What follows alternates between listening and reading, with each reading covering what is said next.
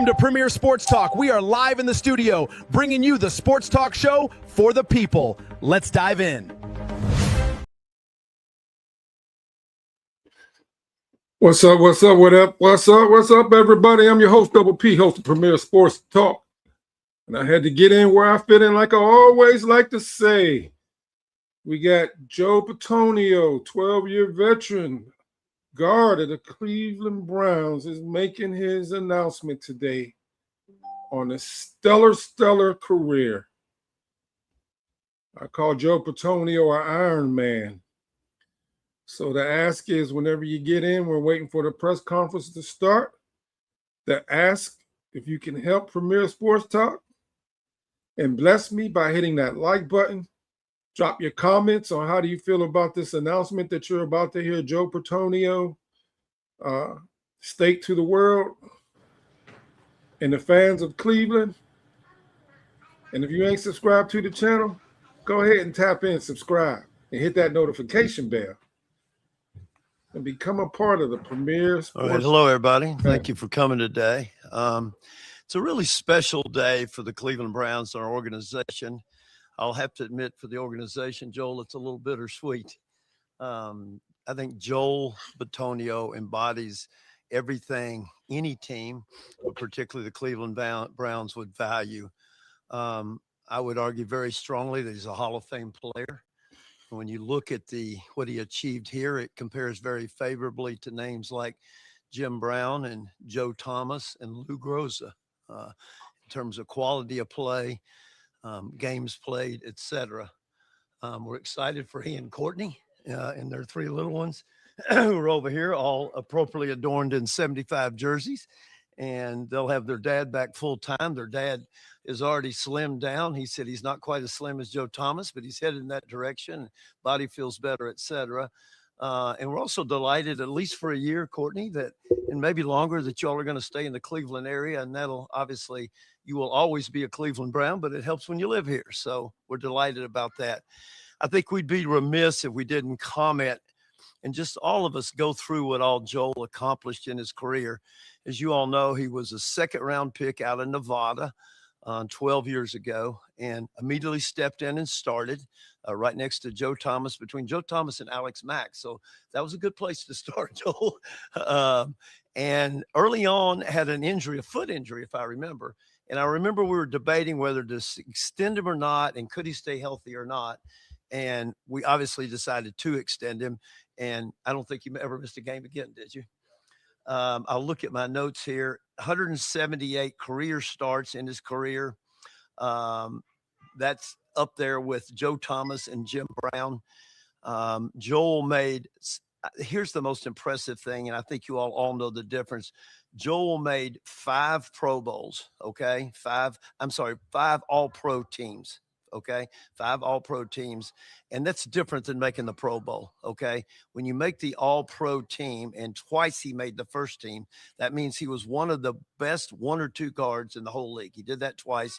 3 other times he made the second team. He made 7 consecutive Pro Bowl teams. Okay. 7 consecutive Pro Bowl teams. The only people to do that in our organization are the names I mentioned earlier: Jim Brown, Joe Thomas, and Lou Groza. Okay. He was a model of consistency. I hardly ever remember Joel having a bad game. He did what I think you ask everybody to do in any organization, and that is come to work hard, do your job, be a good team player, go home, spend time with your family, and come back and do it again. And he did that for 12 years. And you know, when players aren't in the building, there's a little bit of a tendency to forget about him.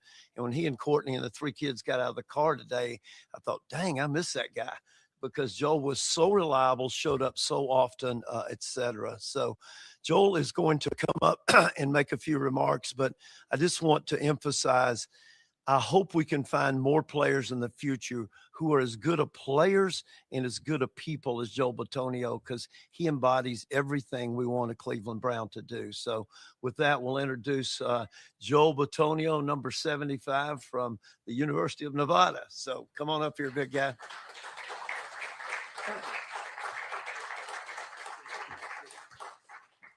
Got the good haircut, I see. Yeah.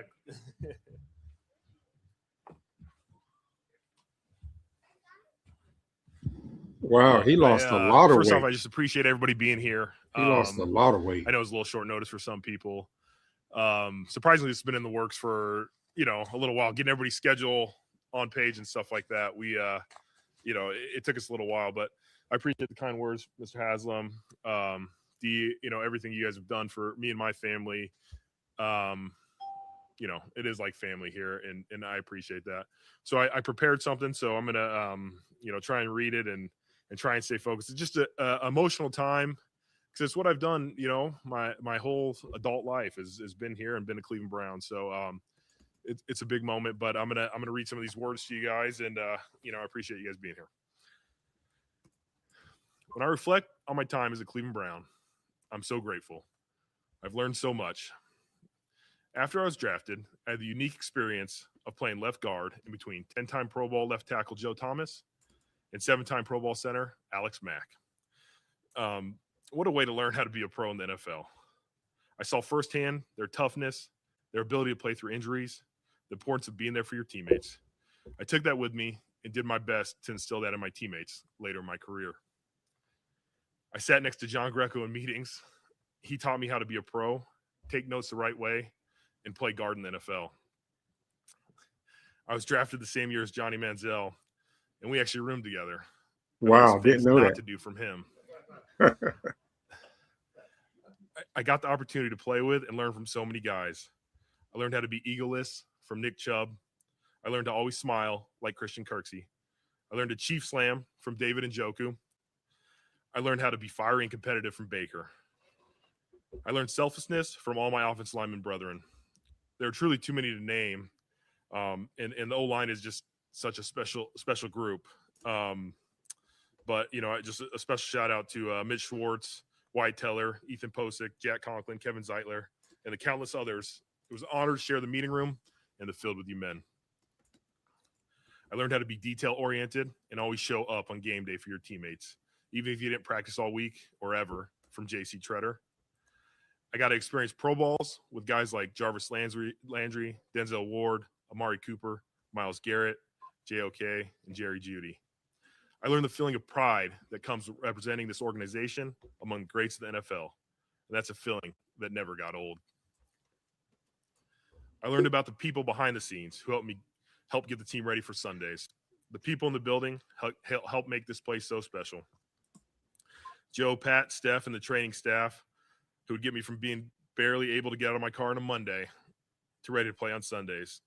Larry Jackson and his strength staff for the countless hours in the weight room, including Dale Jones for going above and beyond the second half of my career to help extend it. We always have our Friday morning lifts.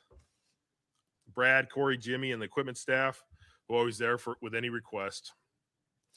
The cafeteria staff who kept us fed. The PR staff, including my guy, Murph, who from day one had me ready for any questions the media threw at me. I learned about the Cleveland media, the seriousness of how they approach their jobs. I learned to just answer their questions as honestly as I could, because it ultimately helped make the fans more interested. I learned just how hard it is to win in the NFL and how special the locker room is after those wins. Those are the moments I will never forget. I will always remember our Thursday night win against the Jets to open the fridges. I learned about serving the community. As athletes, we have a platform and have the opportunity to make a real difference for people. Giving back was something that my parents instilled in me. Those interactions with Browns Give Back, A Kid Again, the Cleveland Food Bank meant a lot to the kids and the people who we were able to help. But they also meant a lot to me, too. I encourage everyone to give back. I learned about sacrifice and love from my wife, Courtney, my kids, Zoe, Benny, and Ada. I love you guys so much. Courtney has been on this journey with me since college and was truly the heartbeat of my career.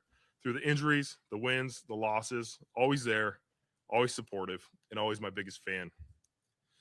I learned how to compete and always try to win, even if it was racing to the car for my brother and sister. I learned true strength and love from my mom. Sometimes love is letting you know you shouldn't have false started in the second quarter. I learned self-belief and hard work from my dad, who never got to see me play snap in college or the NFL, but was with me every step of the way. He believed in me and my dreams before I knew what they were. He would tell me, why not you? whenever I brought up how hard it was to make it in college or the NFL. So if he's listening right now, I just wanted to let him know we made it. I learned how to be appreciative. Thank you to the Haslam family, to all my teammates, to the coaches, to Andrew Barry, to anyone who believed in me, to the fans who supported us.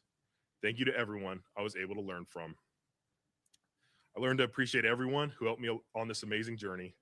I learned what an honor and a privilege it is to be able to wear that orange helmet and what this team means to the fans. I learned how hard it is to say goodbye. I had a good idea back in January that this was the end for me, but this place is so special that it was hard to truly say goodbye. I'm so glad I got to learn and be a Cleveland Brown my entire career. Thank you. Wow, y'all, he lost so much weight. Why was it so important for you to stay here, to finish your career here, even through all the losing and the hard times and the coaches and the quarterbacks? Yeah, I was always appreciative of the team drafting you. I got picked in the second round and I played here. And early in my career, they trusted me, even though I know I was injury. Mr. Haslam, said like there was a question, and I wanted to always prove him right. And by the time we got things rolling, where we made the playoffs and we're having these runs, I was kind of in year 7, 8, 9 in my career, and by that point, like you're so committed, you put in so much work here. I was ready to see it through, and I was ready to see, the ultimate goal was to win a Super Bowl, and that was my goal here. But once you get through it, like for me, I could never just picture myself in a different uniform. Were there overtures made? You guys are enjoying this live press conference announcement Never on anything Joe serious. Bitonio's I know my retirement. agent talked to. Please hit that like button. Let's get this pushed out in the YouTube people algorithm. asked if I was interested in continue to play, like what my plan was.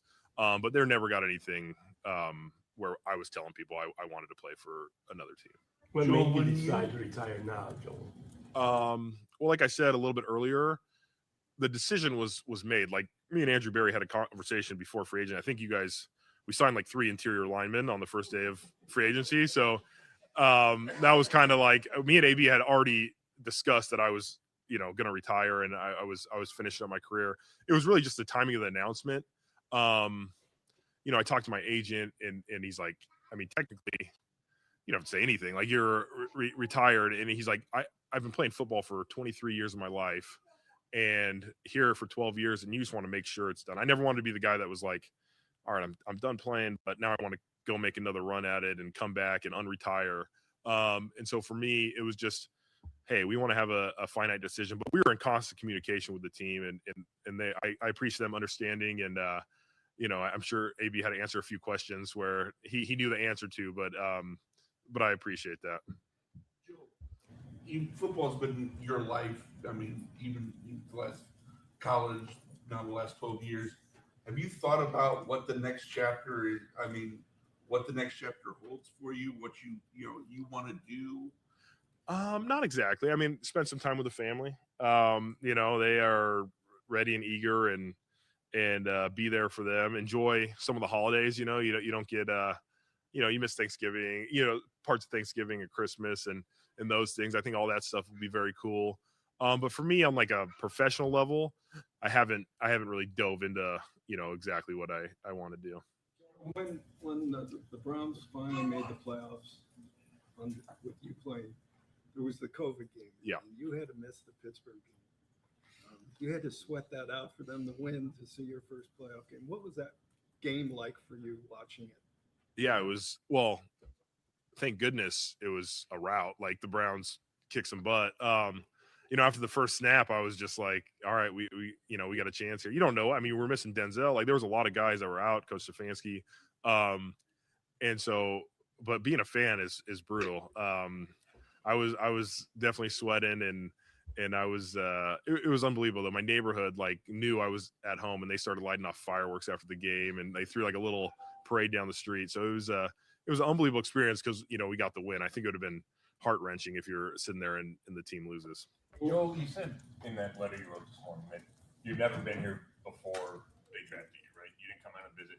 So why do you think you made such a connection with this community? community and this fan base? And I think as quickly as you did, but then throughout your 12 years. Yeah, I am from Southern California, but I think if you look at my background and family, like it's based off of like blue collar hard work. And I think at heart, like there's some Midwest in there, you know what I mean? And you come to Cleveland and the people here, accept you. And like I said, I got to play next to Joe and Alex and Greg and Schwartz. And they just showed me what it was like to be a pro. And I think I wanted to throw myself in it 100%. And I was committed and I was like, hey, I want to be the best version of myself, which is hopefully in turn going to help the team. And so that was really kind of my mindset. And then, once you connect with the community and you have all your kids here and they go to school and you're part of it, and so you're rooting for it too. And we'll always be fans, of the Browns and the community and the people, our neighbors. Like it's just a special place for us. Miss most about being a Browns player? Oh gosh. I think it's the people. Like, you walk in the building and I've been here with like players come and go, right? But they're the people in there, the locker room, the celebrations after the wins there's nothing because you put so much work and you only have 17 opportunities a year. And so every time we got a win, I celebrated fully because, I went so long at parts of my career where we weren't winning consistently. But it's the people you work with, the training staff, the strength staff, the EQ staff, like the heads of those departments were interns when I got here. And now they're, running the departments. And so I feel like we grew up together and like, those are your people that you see on a daily basis. And they know the work that goes behind it. Like there was times where it was like, I'm not walking on Monday and Tuesday. And it's like, are we going to find a way to play? And, you have to have those people that you connect with and that help push you through those moments. You talked so much over your career about just Joe, what he's meant to you, how he passed things on to you and others who have passed things on to you. I know it's a lot of new on this roster, but as you sort of leave, what's maybe the thing that you hope you left your mark on for the sort of new generation of players that are coming in? I think just consistency, like being who you are each and every day. And it's a business, right? Like the NFL is such a business, but I think if you peel it back and you're the best version of yourself and you give everything you can in the moment every day, and you have a bunch of guys that want to do that, like it builds up the culture and it builds up what the team is and who they want to be. And so if people just see that, like, hey, that guy came to work, win or loss, like he was who he is and he put in the work and was ready on Sundays to give his best.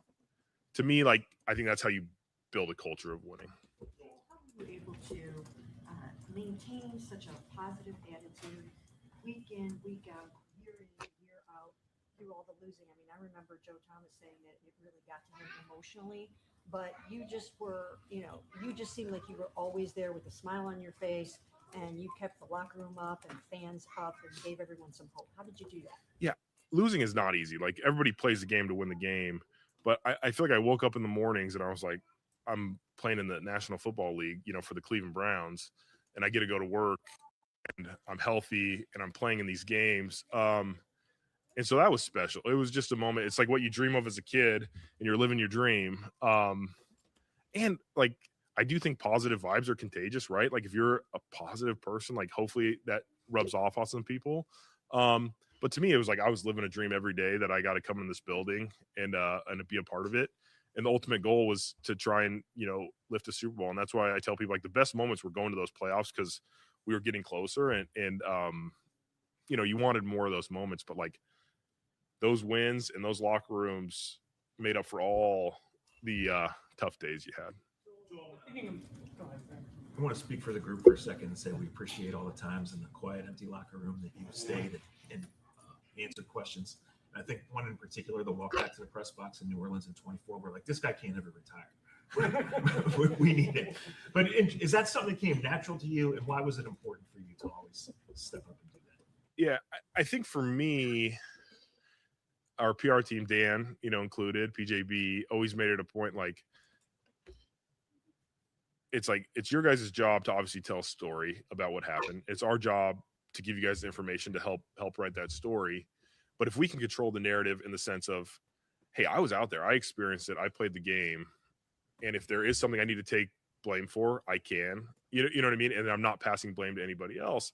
And it's with this Twitter and Instagram world, the longer you take not to answer a question, the more it goes. I mean, even just like in this retirement, like there's crazy stories about if I'm going to play somewhere or not. And, we just kind of kept it quiet. But there's just so many moments where I played in the game. I'm a captain of this team. Like I can talk to the media and I can answer the questions. Last 2 years in particular, I know you had like some nagging injuries going on in the back in particular that we talked to you about all the time, but through that and the combined 8 wins over those 2 years, how important was it for you to play in all those games that you did? And is that something you look back on without regret now? Yeah, there was never a regret in a game I played in. But I wanted to be there. There was a couple times, especially I think this last year, where it was close and I was uncertain, but I was like, I'm at a point now, like I'm out there. I can move a little bit. And it might have been the wrong mindset for me, but like I was like, Joel being out there at 70% or 60% is like good enough for me, and I'm going to go out there and try and compete. And so that was kind of my mindset. And the win-loss thing, like, never had it was always just a personal opinion. And I talked to the training staff about it. I was like, we make decisions on Monday if we're going to play or not. And it's not true, but it's just the mindset you have, right? You walk in and like, hey, this is what you got going on. And it's like, all right, well, I got to figure out a way to play. And so that's the mindset switches when you walk in the door on Monday. And I just always tried to have that mindset. But the win-losses to me, it was just, that's who I am as a person. Like, you can't change who you are, winning or losing. And that's kind of just the way I stuck through it. Joel, Jimmy and Andrew and Joe Thomas all mentioned you with the Hall of Fame. Like, how do you view your candidacy and how important was that to you? I mean, it'd be unbelievably important. It's like the pinnacle of like the individual achievement of a football player. I never had a goal to be like a gold jacket guy. I just wanted to go out and be the best I could. It's my like yearly appointment that there's not enough guards and centers in the Hall of Fame. I think if you look at it, there's so many elite players. And if you look at Pro Bowls and All Pros compared to quarterbacks, I know there's difference importance on positions, but receivers, tight ends, like any other position group, if you look at the actual accolades of players, like there needs to be more guards and centers in the Hall of Fame. And so I think that's a barrier, just being a guard. But I think if you want to look at consistency and you want to look at longevity and the history of the franchise and some of the names that, Mr. Haslam mentioned today, I'm proud of my career. And I would love, like I said, to be in the Hall of Fame someday, but I don't need it to like any personal thing like that. I'm happy with what I've done, and I'm proud of that. 24 different quarterbacks. It's even more than Joe did. For any particular reason, is there a favorite that you'll remember? Oh gosh, in the moments, I mean, it was great. Like my rookie year, having Hoyer back there, like that was a heck of a run when we were 7-4, and I didn't know any better, but I was just like, all right, this is the NFL. Like we're flying around. Let's do this. That was great. Obviously, Josh McCown was just like so wise when he was fun to play with him. Baker obviously changed our trajectory of our franchise there and like led us to the playoffs. And that was unbelievable. And that letter, that was, some of the coolest moments of my career is that season, even though it was COVID, but making that run was awesome. And then, you bring in Joe Flacco. You hear these stories, you play against him a bunch of times, and then you meet him as a person. You're like, all right, this guy's a pretty cool guy. And so, I mean, you take something from everybody you play with, right? But I think those were kind of like just certain points in career when we were winning the most games, and that's when the best memories usually come from. A family, you mentioned it a couple of times, so I want to just ask you, like, when you're making your decision, how much of it was it about like it's the right time for you, but also for Courtney and the kids? Yeah, I mean, Courtney's so supportive, and I'm sure she would tell you she wants me at home more, but I guarantee if I was like, hey, I wanted to play another season, like she would be 100% supportive of that decision. But it's great. I mean, I don't have to tell the kids I can't wrestle because my back's hurting or something like that. So we should have some more free time, but it's a part of it. But truthfully, the decision came down to like my body. Am I going to be able to prep the way I wanted to prep to be able to perform at the level I wanted to perform at? What would you decide if you did play football? Gosh. I went to school for economics. But I don't know. I might have, like, coached if I had just played in college. I enjoy the game. Like I love, football and the scheme and all that stuff. But I didn't have a right away backup plan. I did some architectural stuff in high school that I really enjoyed. Nevada did not have an architecture program, but yeah, I don't know. It would be interesting. What do you think the next couple months are going to be like, knowing you don't have to prepare for a training camp and rigors of the season? I think I was, telling my wife the other day that like it still kind of feels like an off season right now. Like I've still been working. I'm obviously not training as much, not at mini camp right now, but I think when training camp starts is going to be the real moment. Like, okay, I'm retired from this, because that's when, so end of July, August, September, when everything really cranks up. So we'll see how it feels. I'm sure there's emotions going in there. I tell you what, like the stress of getting ready for a game and wanting to perform at your best, I don't know if I'll miss that. Even going into year 12, like every night before the game, you're stressed about your assignment, and as an offensive lineman, like you're protecting people out there, and so you want to play your best and be the best version of yourself. Obviously, we'll all share our memories of you or whatever, but just in your own words, how would you like to be remembered? Yeah. Just I poured myself into it. I was 100% committed to this team and this organization, and I truly always wanted to be the best version of myself, to help make the team as good as we could be, and that's what I pushed for, and that's what I hope people remember. This guy was tough. He was going to be out there. He was going to fight for his teammates, and was just a consistent guy. It's a really tough act to try to follow Joe Thomas, just in terms of voice of the team, face of the team, spokesperson, anchor of the line, and all of those things. Did you feel a tremendous amount of responsibility when Joe passed you that torch, and how do you feel like you handled it? It was. I mean, Joe Thomas is obviously, like, if not one of the best left tackles in the game. So Andy was a great leader and a great spokesperson. I think it helped me because I saw him do it at such a high level that I was like, all right, I got to, step into those. And I would never, compare myself to what he did. But just step in and be like, all right, someone needs to do that for the team and kind of be a part of it. So it was never a pressure thing, but I did think it helped and kind of showed a way of how, even if the season doesn't go great, you can still be a professional and, handle your job. When you had those injuries early in your career, 2 straight years ending on IR, did you ever kind of wonder like what this would be, and then did it make it more meaningful kind of to have that Iron Man streak? Yeah, and I had really never been injured in my career. Like I never missed any college games or any high school games. So I was like, when I was missing games, I was like, this is weird, and I was playing next to Joe Thomas, who never missed games, Alex Mack, who for a majority of his career had not missed games. And so I was like, man, this is weird. In the back of my mind, I always like, it's unlucky. Like I got rolled up on twice and I got stepped on. Like that's how my injuries occurred. But at some point, like in the back of your mind, you're like, is this part of it? What do I need to do differently? And I think once we got on a roll there and it was like 7 years without missing a snap, I was like, all right, I think there is some luck to this, part of it. And I'm just going to go out there and do a thing. But I definitely was questioning a little bit of like injury luck and what was going on. But I think the Browns also having confidence in me and still extending me and being in that position to be like, we want this guy around, gave me some confidence as well. That your agent fielded some calls from other teams, and you mentioned your conversations with Andrew and where you kind of made your intentions known. Did you have any conversations with Todd, George Warhop, and if so, how much did they try to sell you on coming back? What was their sort of pitch to you?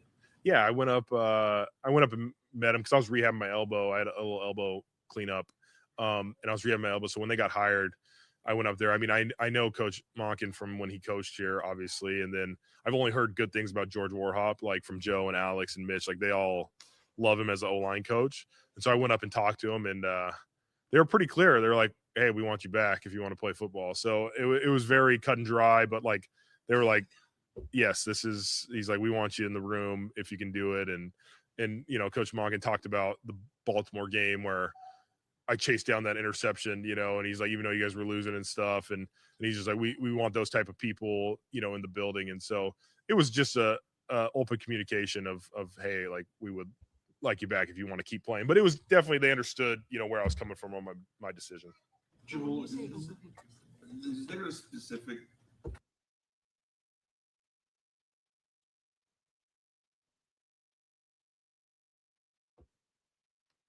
So there you have it, y'all. I wanted to get in, like I always say, wanted to get in where I fit in. Following Shedeur Sanders and the Sanders family.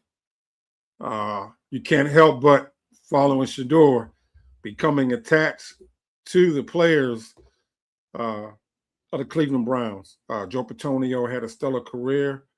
I always respected his game, except for that Superman flop he did in a block that got exposed on social media.